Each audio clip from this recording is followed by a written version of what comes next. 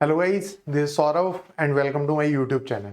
Today we shall be doing the chapter 2 of unit 5 of your class 11 NCERT legal studies book. The chapter's name is child rights. So this is basically a 16 chapter long book. ठीक है, आपकी जो 11th class की book है उसके अंदर total 16 chapters हैं और ये आई गेस इसके बाद में 3 बचे हैं. ठीक है, तो ये शायद 13th या 12th में से कोई होगा. ठीक है, और यूनिट वाइज इन लोगों ने इनको डिफाइन कर रखा है.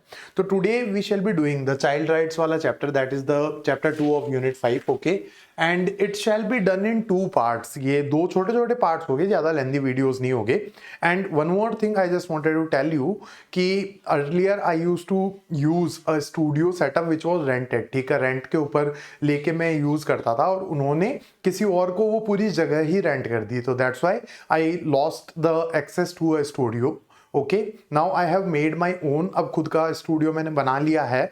हो सकता है थोड़ी बहुत दिक्कत आए, मतलब वॉइस वगैरह के अंदर, इन चीज़ों के अंदर दिक्कतें आ सकती है just because of the fact कि I am not a proper technician in all these things. सीखने में थोड़ा बहुत टाइम तो लगेगा, बट हाँ, जो वीडियोस है वो थोड़े बहुत ज़्यादा फ्रिक्वेंट हो गए because it is being establish in my own room. तो I can work throughout the day और एट नाइट और whenever it is required. ठीक है, और लाइव स्ट्रीमिंग वगैरह भी मैं सीखने की कोशिश करूंगा. Okay, these lectures are being presented by me. I am Saurabh Raj Biwal. I am a graduate of national university Jodhpur and a lawyer by training. Today we shall be doing the part 1 of chapter 2 of unit 5 of your class 11 NCERT legal studies book.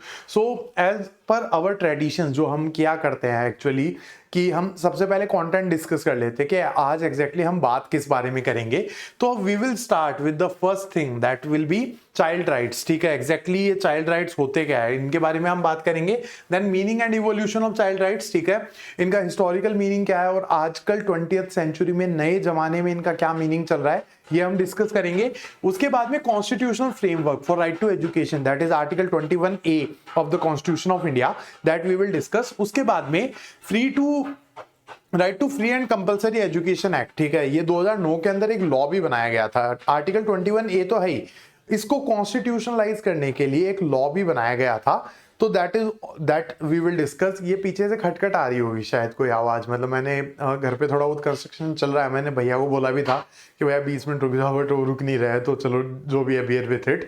उसके बाद में concept of right to health. तो सबसे पहले तो right to education discuss हो गया. ठीक है, कोर्ट का क्या व्यू है, right to free and compulsory education act जो 2009 में बनाया गया था, सर्व शिक्षा अभियान, ये सारा का सारा हम डिस्कस करेंगे. उसके अलावा कॉन्स्टिट्यूशनल फ्रेमवर्क आर्टिकल 21, ये तो यहाँ पे बेसिकली एजुकेशन की बात आ गई. एजुकेशन के बाद में राइट टू हेल्थ की बात करेंगे, कोर्ट का व्यू देखेंगे, जुडिशियल कॉन्ट्रीब्यूशन देखेंगे. उसके बाद में राइट टू शेल्टर. ठीक है, राइट टू शेल्टर की बात की जाएगी. एंड फाइनली चाइल्ड लेबर और इसके अगेंस्ट गवर्नमेंट की पॉलिसी क्या क्या है, लेजिस्लेटिव फ्रेमवर्क क्या क्या है, ये सारी चीजें हम इसके अंदर डिस्कस करेंगे. ठीक है, तो these are going to be the contents of part 1. और पार्ट 2 के जो भी कंटेंट्स है वो मैं आपको इसके लेक्चर के एंड के अंदर बता दूंगा. Now moving forward with the first topic, that is the meaning and evolution of child rights. तो यहां पे देखो, ये जो टर्म है चाइल्ड, जो टर्म है, it is being derived from a Latin word. ये एक लैटिन वर्ड से डिराइव होता है जो इन्फेंस है. आपने इन्फेंट सुना होगा शायद. ठीक है, इन्फेंस नाम का एक वर्ड है, उससे डिराइव्ड है. वैसे तो ये दोनों आपस में बिल्कुल भी रिलेटेड नहीं लगते हैं. चाइल्ड और इन्फेंस कहां से रिलेटेड है, इन्फेंट फिर भी रिलेटेड है. ठीक है, तो यहाँ पे ये जो वर्ड है ये इससे ही डिराइव हो रहा है. और इसका मीनिंग क्या होता है, इन्फेंस का मीनिंग क्या होता है, one who does not speak, जो बोल नहीं सकता उसको बच्चा कहा जाता है. ठीक है, तो दिस इज द ओल्ड और the nomenclature of this particular word child. ठीक है, उसके बाद में according to convention on the rights of the child 1989, a child is any human being below the age of 18 years. तो 1989 के अंदर एक कन्वेंशन ऑन चाइल्ड हुआ था. ठीक है, उसके अंदर ये बोला गया था कि कोई भी 18 साल से नीचे का जो बच्चा है वो एक चाइल्ड है. तो बेसिकली आप जो लोग भी ये वीडियो देख रहे हो, you basically are child only. ठीक है, शायद तुम्हारा जो एज ग्रुप है वो 16-17 के आसपास ही आता है. उसके बाद में इंडियन मेजोरिटी एक्ट, ये तो ब्रिटिशर्स के टाइम पे ड्राफ्ट हो गया था 1875 के अंदर. ये भी किसी इंसान को मेजर कब बोलता है, जब वो 18 साल का हो जाता है. ठीक है, 18 साल से नीचे का कोई भी इंसान इंडियन मेजोरिटी एक्ट के हिसाब से भी चाइल्ड ही है हमारे देश में भी. ठीक है, तो इंटरनेशनल कन्वेंशन, इसका नाम नोट कर लेना, एमसीक्यू के अंदर आ सकता है. और इंडियन मेजोरिटी एक्ट जो है वो हमारे यहाँ पे मेजोरिटी की एज को डिफाइन करता है. ठीक है, उसके बाद में historically the concept of child welfare has shifted from paternalistic authority to right based approach. तो देखो ये जो चीज है हिस्टोरिकली थोड़ा बहुत शिफ्ट हुई है राइट बेस्ड अप्रोच के ऊपर, ठीक है। Now child has a lot of rights, that is right to education, right to shelter, उसके बाद में राइट टू प्रॉपर हेल्थ, ठीक है, राइट टू फूड, इस तरीके के अप्रोच के ऊपर ये शिफ्ट हुई है। पहले ये चीज सिर्फ एक पैटर्नलिस्टिक अथॉरिटी के ऊपर रहा करती थी, ठीक है। पैटर्नलिस्टिक अथॉरिटी का मतलब कोई भी किसी का बच्चा है तो उनकी पूरी अथॉरिटी है उस बच्चे के ऊपर, वो अपने बच्चे से जो करवाना है करवाए। लेकिन आजकल 20th सेंचुरी के बाद में, वर्ल्ड वॉर 2 के बाद में ये चीज थोड़ी बहुत शिफ्ट हुई है towards a right based approach, जो हम मेनली आज के लेक्चर के अंदर डिस्कस करेंगे। Now moving forward, the traditional Indian view was based on welfare principles like Daya and अहिंसा। तो जो पुराना इंडियन व्यू था वो किसके ऊपर बेस्ड था?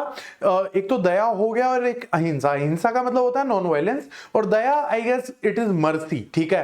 तो इसके ऊपर बेस्ड है, बच्चों के ऊपर आपको मर्सीफुल रहना है, और अहिंसा वाला प्रिंसिपल मतलब उनको मारना पीटना नहीं है, सिर्फ इसी चीज के ऊपर चीजें बेस्ड थी। But the 20th century saw the emergence of child rights focusing on social justice, equity, empowerment rather than just charity। तो जो पहले प्रिंसिपल्स थे उससे शिफ्ट होके हमने किस चीज का इमरजेंस देखा?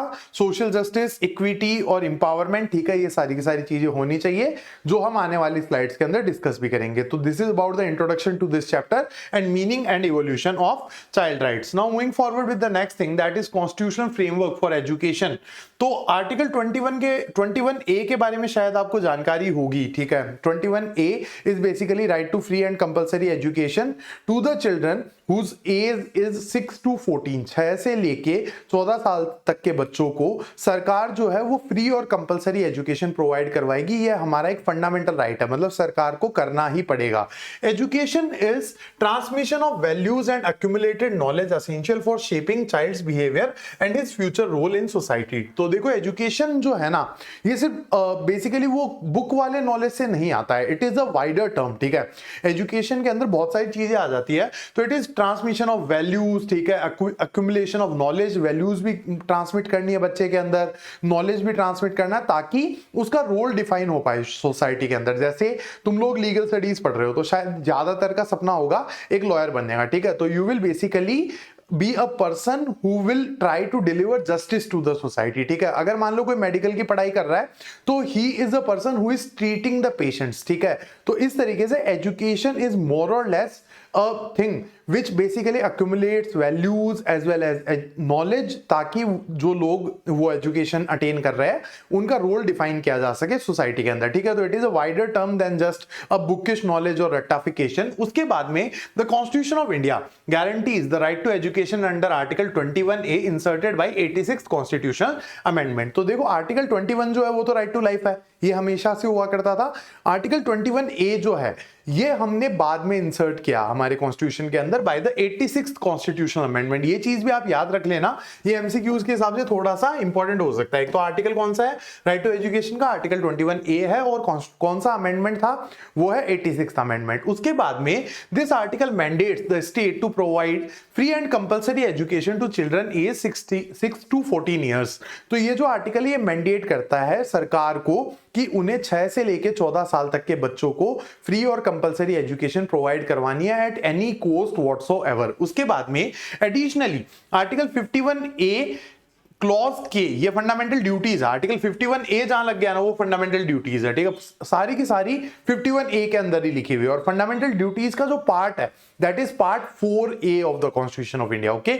तो यहां पे देखिए article 51A clause K imposes a fundamental duty on parents. ये फंडामेंटल ड्यूटी है एक पेरेंट्स की और guardians to provide opportunities for education to their children between age of 6 to 14। तो यहाँ पे देखो एक तो फंडामेंटल राइट है, मतलब सरकार की जिम्मेदारी है कि भाई 6 से लेके 14 साल तक के बच्चों को फ्री और कंपलसरी एजुकेशन प्रोवाइड करवानी है। उसके साथ साथ एक फंडामेंटल ड्यूटी भी है पेरेंट्स की कि उन्हें अपने 6 to 14 ईयर्स के जो बच्चे हैं उनको एजुकेशन प्रोवाइड करवानी चाहिए। फंडामेंटल ड्यूटी बेसिकली एनफोर्सेबल नहीं होती है कोर्ट ऑफ लॉ के अंदर, लेकिन fundamental rights are enforceable in court of law as well. उसके बाद में this constitutional mandate aims to uplift weaker sections particularly scheduled caste and scheduled tribes. तो देखो वैसे तो ये सबके लिए ही है, मतलब फंडामेंटल राइट्स और फंडामेंटल ड्यूटीज, इसके अंदर कोई डिस्क्रिमिनेशन तो है नहीं, बट जो वीकर सेक्शंस और या फिर जो मार्जिनलाइज सेक्शंस है उनके लिए ये स्पेशली बनाए गए हैं ताकि उनको अपलिफ्ट किया जा सके सोसाइटी के अंदर। Okay, I guess constitution framework for education आपको समझ में आ गया होगा। इसके जो आर्टिकल्स है 2 लिखे हुए, एक तो article 21A that is right to education, ये अमेंडमेंट याद रख लेना, 86th कॉन्स्टिट्यूशनल अमेंडमेंट, और उसके अलावा article 51A clause K fundamental duty है पेरेंट्स की बच्चों को एजुकेशन प्रोवाइड करवाने की। Now moving forward, right to free and compulsory education act, तो उस आर्टिकल 21 को सप्लीमेंट करने के लिए भारत सरकार ने एक कानून भी बनाया, that is right to education act, जो बनाया गया था 2009 के अंदर, ठीक है, in order to supplement that constitution article. तो देखो बेसिकली कॉन्स्टिट्यूशन के अंदर सारी चीजें नहीं लिखी जा सकती है, lot many things are there, but उसके लिए अलग से प्रोविजंस भी बनाने पड़ते हैं, अलग से लॉज भी बनाने पड़ते हैं। जैसे कॉन्स्टिट्यूशन के अंदर इलेक्शंस के प्रोविजन लिखे हुए हैं, तो कॉन्स्टिट्यूशन के अंदर ये लिखा हुआ हो सकता है कि इंडिया के अंदर इलेक्शंस हो गए, डेमोक्रेटिक सेटअप होगा, ठीक है, बट इलेक्शन के जो डिटेल्ड रूल्स है अगर वो आप कॉन्स्टिट्यूशन के अंदर लिखने लग जाओगे, या फिर राइट टू एजुकेशन के जो डिटेल्ड रूल है वो कॉन्स्टिट्यूशन के अंदर लिखने लग जाओगे, तो कॉन्स्टिट्यूशन इतना लेंथी हो जाएगा जिसकी कोई हद ही नहीं है, कोई उसे पढ़ ही नहीं पाएगा, ठीक है, और उसकी कोई वैल्यू भी नहीं रह जाएगी। तो यहाँ पे क्या होता है कि सरकार बेसिकली मतलब अलग अलग लॉज ड्राफ्ट करके कॉन्स्टिट्यूशनल आर्टिकल्स को सप्लीमेंट करती है या फिर उनका बेटर इंप्लीमेंटेशन जो है वो इंश्योर करती है। तो गवर्नमेंट ने कौन सा लॉ पास किया in order to supplement article 21A that is right to free and compulsory education act, ठीक है, ये 2009 के अंदर पास किया गया था। This act ensures that every child gets education irrespective of their economic condition. इसके अंदर ये बोला गया है कि हर बच्चे को अच्छी एजुकेशन मिलनी चाहिए, क्वालिटी एजुकेशन मिलनी चाहिए, इसके अंदर इकोनॉमिक स्टेटस बिल्कुल भी मैटर नहीं करता है, ठीक है। A significant provision of the act is requirement of all private and minority schools to reserve 25% of their seats for economically disadvantaged communities। ये बहुत ज्यादा इंपॉर्टेंट चीज है, एक बहुत बड़ा प्रोविजन है इस एक्ट का कि जो भी प्राइवेट स्कूल है या फिर माइनॉरिटी रन स्कूल है उनको 25% सीटें उसके लिए मतलब बेसिकली उन बच्चों के लिए रिजर्व रखनी पड़ेगी जो इकोनॉमिकली डिसएडवांटेज कम्युनिटीज से आते हैं, भले ही वो इंडिया का सबसे बेस्ट स्कूल ही क्यों ना हो, उन्हें भी 25% सीटें जो है वो रिजर्व रखनी पड़ेगी। अब इसका पैसा कौन देगा? स्कूल तो अपनी फीस लेगा ही ना, प्राइवेट स्कूल को पैसा कौन देगा? चलो सरकारी स्कूल तो फ्री है, वो तो गवर्नमेंट चला रही है, ठीक है, बट प्राइवेट स्कूल का पैसा कौन देगा? ये अगली लाइन के अंदर देखते हैं। The financial burden for implementing this is shared between the state and the central government under the Sarva Shiksha Abhiyan programme, ठीक है। तो ये किसके ऊपर जाएगा फाइनेंशियल बर्डन? स्टेट गवर्नमेंट और सेंट्रल गवर्नमेंट इसको शेयर करेगी। Under which law? Sarva Shiksha Abhiyan law, ठीक। Sarva Shiksha Abhiyan it is no law, it is not a law, it is basically a government scheme, ठीक है। तो this is it regarding right to free and compulsory education. Now moving forward with the next thing that is the other things which I am doing. I basically tell you about this in all my videos. I shall be doing जनवरी का पूरा current affairs round up in a few days, ठीक है। आज ये मेरा पहला video है with my new studio setup, ठीक है। उसके बाद में I have already done law of torts for CLAT, law of contracts, law of crime, और उसके अलावा कॉन्स्टिट्यूशन की मैंने सीरीज बना ली है, ठीक है। तो ये आप चेकआउट कर सकते हो, प्लेलिस्ट सेक्शन के अंदर आपको आराम से मिल जाएगी, ठीक है। Now the next thing after right to education is right to health, ठीक है। तो यहाँ पे देखिए health is defined not merely as absence of disease but as a state of complete physical, mental and social wellbeing. तो healthy human being किसे कहा जाता है? ये उस इंसान को नहीं कहा जाता जिसके कोई डिजीज नहीं है। जैसे टॉकिंग अबाउट मी, ठीक है, आई एम बिट हेल्दी, ठीक है, मतलब मैं थोड़ा बहुत मोटा हूं, तो यहाँ पे थोड़ा बहुत तो क्या काफी ज्यादा ही हूं। तो द थिंग इज दैट कि भाई यहाँ पे I don't have any disease, ठीक है, मेरे कोई भी डिजीज नहीं है। I don't have diabetes, I don't have blood pressure, ठीक है, but I can not term myself as a healthy human being, ठीक है। तो हेल्दी होने का मतलब ये नहीं होता कि आपके कोई बीमारी नहीं है, ठीक है। बीमारी नहीं होना कोई हेल्थ का एक तरीके से इंडिकेटर नहीं होता है। Health is basically state of complete physical, mental and social wellbeing, ठीक है। फिजिकली भी इंसान फिट होना चाहिए, मेंटली भी इंसान एक अच्छे स्पेस के अंदर होना चाहिए। मेंटल हेल्थ डू मैटर, लोग उसको थोड़ा बहुत ऐसे इग्नोर कर देते हैं, लेकिन मेंटल हेल्थ भी अच्छी होनी चाहिए और सोशल वेलबींग भी होना चाहिए। तो हेल्थ का जो डेफिनेशन है उसके अंदर ये टोटल 3 चीज आ रही है, फिजिकल हेल्थ, मेंटल हेल्थ और social wellbeing. The enjoyment of highest attainable standard of health is a fundamental right of every human without distinction, ठीक है। तो ये एक तरीके से हर ह्यूमन बीइंग का राइट है कि बेस्ट से बेस्ट मेडिकल केयर और बेस्ट से बेस्ट हेल्थ केयर जो कंडीशंस है उनको मिलनी चाहिए। ये एक फंडामेंटल राइट है। It is a extension of article 21 that is right to life. उसके बाद में देखिए for a child healthy development is crucial to living harmoniously in changing environment. तो ऑब्वियस सी बात है यार, हेल्दी डेवलपमेंट तो जरूरी है। अगर किसी बच्चे को शुरुआत में ही अच्छी हेल्थ केयर, सारी की सारी वैक्सीन जो जरूरी होती है, मैंडेटरी वैक्सीनेशंस, और अच्छा फूड नहीं मिलेगा तो वो आगे फ्यूचर में कैसे अच्छे से रहेगा, ठीक है। वर्ल्ड हेल्थ ऑर्गेनाइजेशन WHO जो है वो यूनाइटेड नेशंस की एक स्पेशलाइज्ड एजेंसी है जो इसके ऊपर काम करती है, ठीक है। वैसे तो यार WHO ने जो कोविड-19 के टाइम पे काम किया था वो तो बिल्कुल भी सेटिस्फैक्टरी नहीं था, but what ever it is, ये जो यूनाइटेड नेशंस है, UN जो है, उसकी जो स्पेशलाइज्ड एजेंसी है वो WHO, और ये एक मैंने सुना है कहीं, मतलब मैं कोई श्योर नहीं हूं, अफ्रीका के अंदर इन्होंने इबोला वायरस और कुछ फेमाइंस के टाइम पे बहुत अच्छा काम किया था, बट कोविड-19 के टाइम पे तो दे फेल्ड, पता नहीं करप्शन था क्या था, बट हाँ समहाउ दे फेल्ड ड्यूरिंग कोविड-19, they could have done better. उसके बाद में in India the constitution imposes a duty on the state to ensure that tender age of children is not abuse and that they are given opportunities to develop in a healthy manner. तो constitution of India के अंदर एक directive principle of state policies DPSPs डली हुई है कि बच्चों की जो छोटी एज है उसको एक्सप्लॉइट ना किया जाए, ठीक है, ये स्टेट की ड्यूटी है इंश्योर करना। और उसके अलावा मतलब उनको अपॉर्चुनिटी मिलनी चाहिए हेल्दी मैनर के अंदर डेवलप करने की, ठीक है। So this is about the concept of right to health. अब जुडिशियल कंट्रीब्यूशन की बात करते हैं, कोर्ट्स का क्या रोल रहा है, क्योंकि देखो राइट टू हेल्थ एग्जैक्टली एक फंडामेंटल राइट नहीं है, राइट टू लाइफ एक फंडामेंटल राइट है, बट राइट टू हेल्थ एक फंडामेंटल राइट नहीं है। अब right to health is a extension of right to life, that is article 21, ठीक है। और ये काम किसने किया है, ये काम जुडिशियरी ने किया है। तो यहाँ पे देखो supreme court has played a pivotal role in interpreting the right to health as an integral part of right to life under article 21। तो सुप्रीम कोर्ट ने बहुत काफी अच्छा रोल निभाया है इसको इंटीग्रेट करने के अंदर, और ये बोला है कि जो राइट टू हेल्थ है वो राइट टू लाइफ आर्टिकल 21 का ही पार्ट है, ठीक है। उसके बाद में in the case of consumer education and research centre versus union of India 1995 का ये केस है, the court held that right to health and medical care is a fundamental right read with article 39C, 41 और 43 ये DPSPs है, ठीक है। तो इस केस के अंदर सुप्रीम कोर्ट ने साफ साफ बोल दिया था कि राइट टू हेल्थ और मेडिकल केयर जो है, एक तो राइट टू हेल्थ मतलब health is basically physical, mental and social wellbeing, और उसके अलावा ये जो प्रॉपर हेल्थ केयर है ये एक फंडामेंटल राइट भी और DPSPs के अंदर भी आता है। मतलब स्टेट को जितना हो सके उतना कोशिश करना चाहिए इस चीज को इंप्लीमेंट करने की। उसके बाद में पश्चिम Bengal Khet Mazdoor Samiti versus the state of west Bengal 1996 का ये केस है। The court rule that article 21 imposes an obligation on the state to safeguard the right to life of every person, ठीक है। तो इसके अंदर कोर्ट ने थोड़ा बहुत और ऑब्लिगेशन डाला है स्टेट के ऊपर कि इसको और ज्यादा राइट टू लाइफ और ये जो राइट टू हेल्थ है इसको और ज्यादा अच्छे से इंप्लीमेंट करो। उसके बाद में अगली जो चीज है वो है right to shelter. Right to health के जुडिशियल इंटरप्रिटेशंस और ये सारी चीजें हमने पढ़ ली थी। Now moving forward with the next thing that is right to shelter. तो right to shelter and living conditions के अंदर क्या आता है, it encompasses more than just a roof over one's head. It includes adequate living space, safe structure, clean surrounding and access to civic amenities like light, water and sanitation। तो देखो right to shelter के अंदर court का ये बोला हुआ है कि शेल्टर का मतलब ये नहीं है कि बस सर के ऊपर छत है, एडिक्वेट लिविंग कंडीशंस होनी चाहिए, प्रॉपर वाटर की सुविधा होनी चाहिए, लाइट की सुविधा होनी चाहिए, ठीक है। उसके अलावा सैनिटेशन की सुविधाएं भी होनी चाहिए, उसे हम राइट टू शेल्टर या फिर शेल्टर कहते हैं, ठीक है। उसके बाद में it is a space where a person has opportunities to grow physically, mentally, intellectually and spiritually, ठीक है। एक ऐसी जगह है जहां पे इंसान फिजिकली, मेंटली, इंटेलेक्चुअली और स्पिरिचुअली ग्रो कर सके। For a child a decent home environment is essential for holistic development. Obviously बात है यार, किसी भी बच्चे को अच्छे से डेवलप करने के लिए एक डिसेंट होम एनवायरनमेंट की तो जरूरत पड़ेगी ही पड़ेगी। The infrastructure must enable individuals to live and develop as human beings. तो जो भी इंफ्रास्ट्रक्चर है वो ऐसा होना चाहिए कि बच्चे आराम से डेवलप कर सके, अच्छे से एक मतलब अपनी लाइफ जी सके।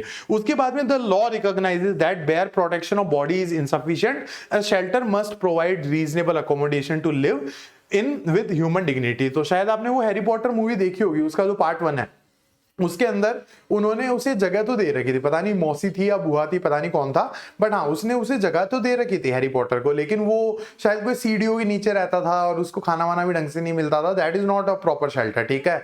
यहाँ पे बेसिकली ये सारी की सारी चीजें होनी चाहिए। एडिक्वेट लिविंग स्पेस होना चाहिए, ऐसा नहीं कि एक कमरे के अंदर 20 बच्चों को एक साथ रख दिया, ये नहीं होना चाहिए। उसके अलावा सेफ स्ट्रक्चर होना चाहिए, क्लीन सराउंडिंग होनी चाहिए, एक्सेस टू सिविक एम्यूनिटी, जो बेसिक एम्यूनिटीज है ना जैसे लाइट, वाटर, सैनिटेशन, ये भी होना चाहिए, ठीक है। So this is about right to shelter and living condition. जो हैरी पॉटर को उस मूवी के अंदर लिविंग कंडीशंस दी गई थी वो राइट टू शेल्टर के अंदर नहीं आती है, ठीक है।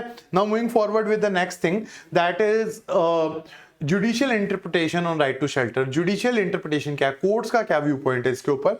तो component of right to shelter were discussed extensively by the supreme court in the case of Chameli Singh versus state of UP 1996, ठीक है। ये केस हुआ था Chameli Singh versus state of UP, कौन से साल में हुआ था, 1996 के अंदर हुआ था। और इसके अंदर जो ये राइट टू शेल्टर है ये प्रॉपर्ली डिस्कस किया गया था। Court held that right to life includes the right to live with human dignity which sweeps within the ambit of right to decent environment and shelter. तो यहां पे इस case के अंदर भी कोर्ट ने इसको आर्टिकल 21 का पार्ट बना दिया, ठीक है। तो राइट टू शेल्टर जो है उसको भी राइट टू लाइफ का पार्ट बना दिया। इससे पहले हमने देखो आर्टिकल 21A पढ़ा था, वो तो अपने आप में ही एक आर्टिकल है।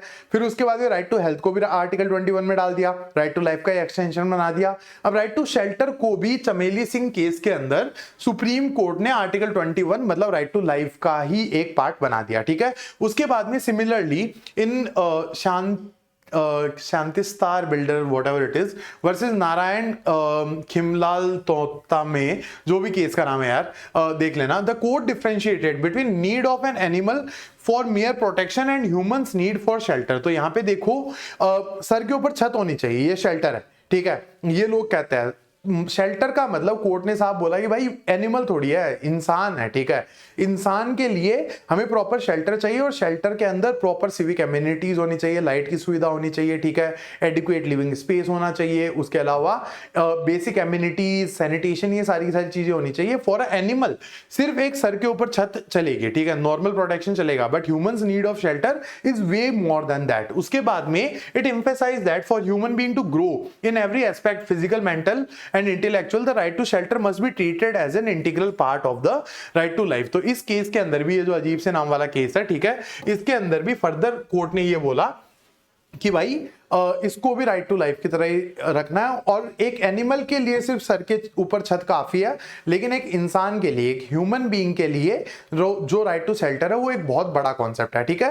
Now moving forward with the next thing, I guess right to shelter हम कर चुके हैं। चाइल्ड लेबर एंड एक्सप्लॉयटेशन, इसके ऊपर तो हमारे पास प्रॉपर फंडामेंटल राइट्स बने हुए हैं, आर्टिकल 23 और आर्टिकल 24 जो है। अरे यार ये क्या हो गया, एक सेकंड गाइस, सॉरी। अब इसके ऊपर तो हमारे पास प्रॉपर फंडामेंटल राइट जो है वो बना हुआ है, दैट इज आर्टिकल 24, ठीक है, राइट अगेंस्ट एक्सप्लॉयटेशन जिसे हम कहते हैं, या फिर चाइल्ड लेबर नहीं होना चाहिए ये चीज। तो child labour refers to the employment of children in work that deprives them of their childhood potential and dignity, ठीक है। तो चाइल्ड लेबर का मतलब क्या है, किसी भी बच्चे को ऐसी जगह एम्प्लॉय कर देना जिससे एक तो वो अपना चाइल्डहुड इंजॉय नहीं कर पा रहा, उसका पोटेंशियल फुली मतलब यूटिलाइज नहीं हो पा रहा और डिग्निटी के साथ वो नहीं जी पा रहा, ठीक है। Factors determining child labour include child's age, nature of work and conditions under which it is performed, work that harms the physical, mental और moral wellbeing of a child is termed as hazardous work, ठीक है। तो अब उसके बाद में देखो hazards work की डेफिनेशन यहाँ पे दी हुई है, कोई भी ऐसा काम जो बच्चे की फिजिकल, मेंटल और मोरल वेलबींग को हार्म करता है उसे हम हैजार्डस वर्क कहते हैं, ठीक है। अब ये एक फंडामेंटल राइट बना हुआ है हमारे पास, राइट अगेंस्ट एक्सप्लॉयटेशन, ये शुरुआत से ही था, जब से कॉन्स्टिट्यूशन बना है तब से राइट है, ठीक है। Right against exploitation article 24, this prohibits the employment of children below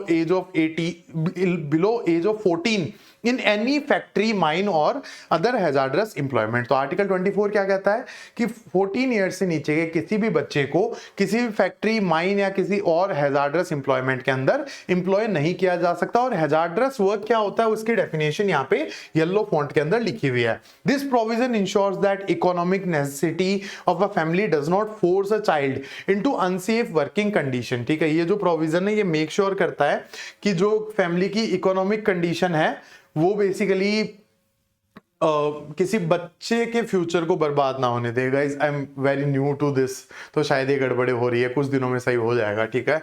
और ये अनएडिटेड ही डालूंगा ये वीडियो में, मैं नहीं एडिट कर रहा। उसके बाद में देखते हैं legislative framework against child labour. Legislature क्या कहता है और कौन कौन से लॉ सरकार ने बनाए हैं चाइल्ड लेबर के खिलाफ। तो to combat the issue of child labour effectively, the child labour prohibition and regulation act was enacted in 1986, ठीक है। तो आर्टिकल 24 तो है ही हैजार्डस वर्क वाला। उसके बाद में एक लॉ बनाया गया जिसका नाम है child labour prohibition and regulation act, जो 1986 के अंदर बनाया गया, ठीक है। ये नोट डाउन कर लेना, ये थोड़ा इंपॉर्टेंट हो सकता है।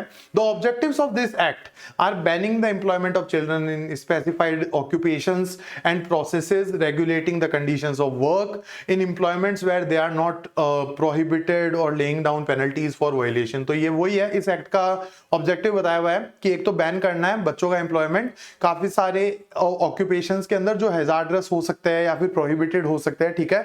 उसके बाद में additionally national policy on child labour ये फॉर्मुलेट की गई थी 1987 के अंदर to provide for strict enforcement of child labour laws, ठीक है। तो एक और नेशनल पॉलिसी बनाई गई 1987 के अंदर ताकि जो चाइल्ड लेबर से रिलेटेड लॉज है उनका स्ट्रिक्ट एनफोर्समेंट हो पाए, ठीक है। उसके बाद में the policy focuses on general development programmes and project based plans aimed at rehabilitating children withdrawn from work through welfare inputs like education and health। तो इसके अंदर क्या है कि जहां पे भी अगर पाया गया कि बच्चों को एम्प्लॉय किया गया है हैजार्डस वर्क के अंदर या किसी तरीके के वर्क के अंदर, वहां से उनको रेस्क्यू किया गया, तो उनको रेस्क्यू करने के बाद में उन बच्चों को प्रॉपर एजुकेशन और प्रॉपर अपॉर्चुनिटीज वगैरह प्रोवाइड करवाई जाए, ठीक है। ये किसके अंदर लिखा गया था? National policy on child labour 1987 के अंदर, ठीक है। Now moving forward with the next thing that is government policies and international initiatives.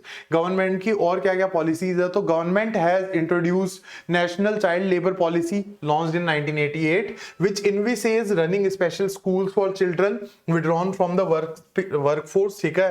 तो ये जो एक चाइल्ड लेबर प्रोजेक्ट और बनाया भारत सरकार ने 1988 के अंदर, तो इसके अंदर जिन भी बच्चों को रेस्क्यू किया गया है चाइल्ड लेबर से उनको अलग अलग स्कूलों के अंदर डाला जाए, उनको एजुकेशन वगैरह प्रोवाइड करवाया जाए, ठीक है। उसके बाद में in a significant move in 2006 the legislature banned the employment of children as domestic workers in homes, hotels, dhabas, entertainment centres, bringing these under the preview of child labour act. तो 2006 में गवर्नमेंट ऑफ इंडिया ने child labour act के अंदर एक amendment किया। आपने ये देखा है ना, कई बार ये ढाबे वगैरह के ऊपर बच्चों को एम्प्लॉय कर देते हैं। अब वो हैजार्डस वर्क के अंदर तो आता नहीं है, कॉन्स्टिट्यूशन तो सिर्फ हैजार्डस वर्क कह रहा है, ठीक है। लेकिन यहाँ पे तो देखो होटल्स हो गए, होटल्स को हैजार्डस वर्क नहीं है, ढाबा को हैजार्डस वर्क नहीं है, ठीक है।